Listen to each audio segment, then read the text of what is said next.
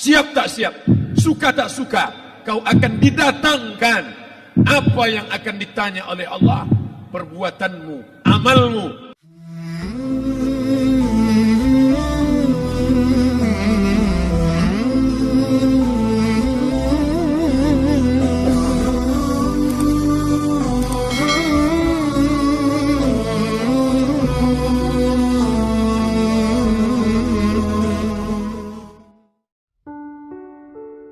Malam ini kita menyadarkan diri kita, terlebih lagi yang berceramah, jangan kau hanya sampai menyampaikan ayat saja. Hai Abdul Somad, apakah kau yang bicara itu hatimu sudah hidup? Senantiasa merasakan diri, aku orang paling hina, aku orang paling kotor, ditempelkan kening ke lantai di tempat yang diinjak tapak kaki, mengatakan bahwa aku bukan siapa-siapa. Umur diberikan Allah 40, 60, 70. Berapa yang kupakai untuk menolong agama Allah? Berapa yang kupakai untuk mengingat Allah? Mata, tangan, telinga, kaki akan diminta tanggung jawab di hadapan Allah. Dulu dibangga-banggakan, dihormati, dimuliakan. Yang kami muliakan Al-Mukarram, Al-Ustaz. Tapi pada saat tiba masanya, yang kita bawa tak lain tak bukan innallaha la yanzuru ila ajsamikum. Allah tak menengok badan, fisik, bentuk tubuh, baju. Ini sampulnya saja. Wala ila suwarikum. Allah tak menengok rupa, wajah. Walakin yanzuru ila qulub. Hati kamu yang bersih itulah yang kau bawa menghadap Allah Subhanahu wa taala. Yauma la yanfa'u malun, harta tak berguna, wala banun, anak tak bisa menolong, harta tak berguna, anak tak mampu menolong, illa man atallah, kecuali orang yang datang menghadap Allah biqalbin salim, dengan hati yang bersih, hati yang tulus, hati yang memercikkan cahaya iman, hati yang bersih dari hasad, busuk hati, sum'ah, riya, takabbur. Itulah yang menolong di hadapan Allah Subhanahu wa taala. Apa kata Imam Ali radhiyallahu an? An-nasu niyam. Semua manusia waktu hidup itu tidur.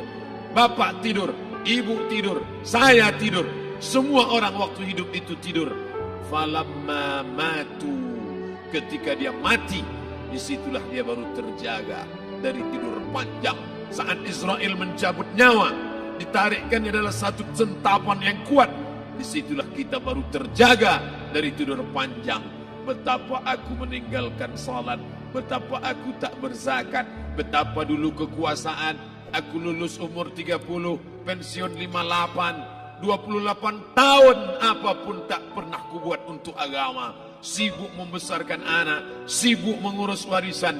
Anak pun tak ingat dengan kita, karena kita lupa menanamkan pendidikan agama di dalam otak kepalanya. Harta yang banyak tak sempat menolong agama Allah.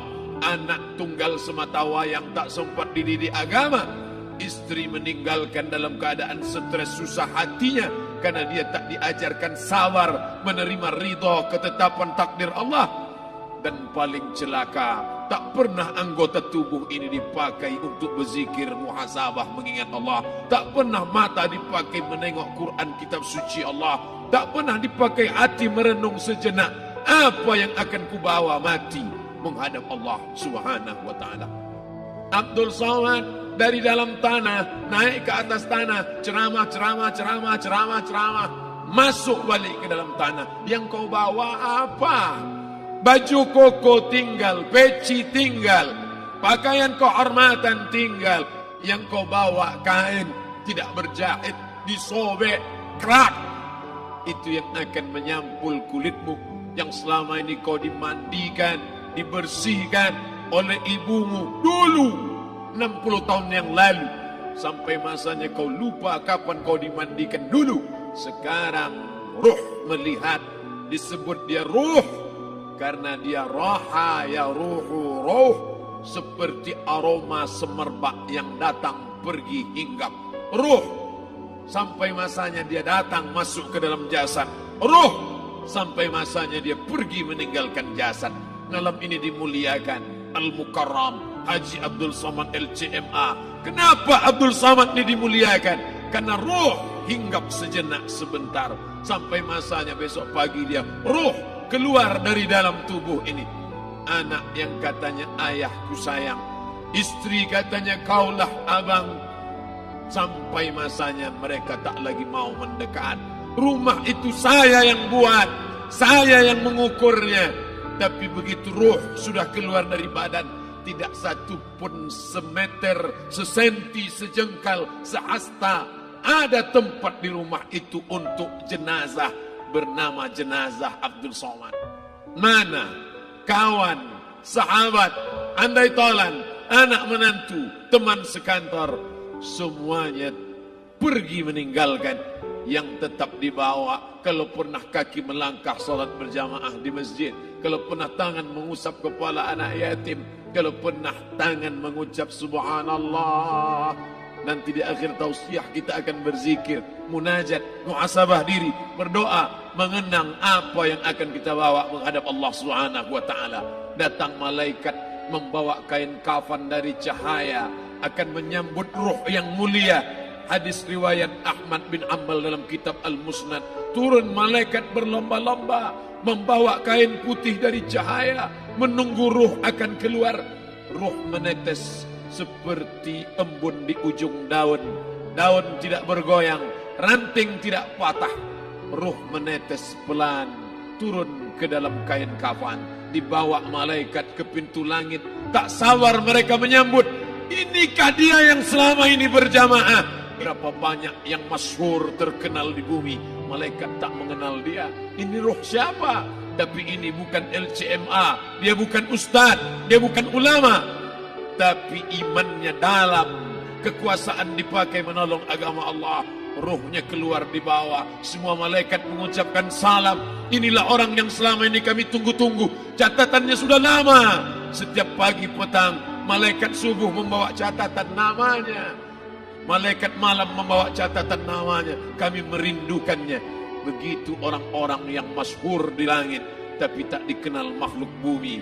Tapi ada sebaliknya, yang rohnya disentapkan, ditarik malaikat dengan begitu tarikan yang sangat kuat.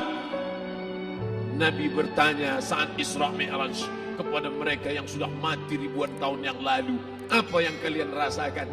Yang satu mengatakan seperti tebasan pedang di tempat yang sama beratus kali. Yang satu mengatakan seperti kambing yang dikuliti hidup-hidup. Yang satu mengatakan seperti mata kail pancing ditarik dari kulit yang basah. Maka kita berdoa setiap selesai salat, Allahumma hawwin alaina, ringankan kami ya Allah, fi sakaratil maut, di saat sakaratul maut yang amat sangat menyakitkan itu, di saat malam pertama di tempat yang gelap, di tempat yang tak pernah diimpikan oleh orang, tapi kita tetap melewati dan merasakannya. Perlahan-lahan cacing tanah, ular-ulat kalajengking akan menggerogoti kulit yang selama ini dimandikan, selama ini dipakaikan sampo yang mahal, selama ini dioleskan pelembab yang lembut. Tapi ternyata sebelum roh keluar jasad, setelah keluar, dia hanya akan menjadi santapan cacing tanah, hancur berkeping hari demi hari. Yang pertama kali membusuk adalah mata, karena dia berisi cairan. Cairan ini mengering, busuk dan berlubang. Lalu kemudian usus sebulan di dalam tanah, mulai dia menggelembung masuk angin dan dia meletus pecah. Cacing-cacing tanah mulai datang menggerogoti, memakan. Habis, siap tak siap, suka tak suka, kau akan didatangkan. Apa yang akan ditanya oleh Allah? Perbuatanmu, amalmu. Faman ya'mal mithqala dzarratin khairan yarah. Sebesar biji sawi, sebesar ujung rambut, kau aniaya orang, kau makan titik puluh keringatnya. U'tul ajira ajrahu, berikan upah pekerjamu, gaji tukang panenmu, gaji tukang cuci setrikamu. Kau makan, kau tahan 3 bulan. Dia tak menuntut, dia senyum, dia hanya mampu mengadu kepada Allah. Tapi titik peluhnya yang keringatnya air matanya akan kau balas di hadapan Allah Subhanahu wa taala. Di saat itu tak ada siapa bisa menolong. Hari ini uangmu banyak, kau bayar pengacara handal 1 jam 100 juta, bebas tanpa syarat. Tapi di hadapan Allah semua akan bersaksi.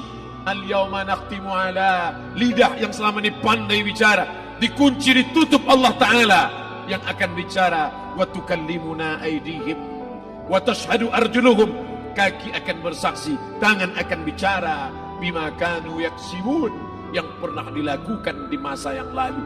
Mata melihat seolah-olah nyata perbuatan itu pernah dilakukan dulu. Kita lupa, kita tak ingat.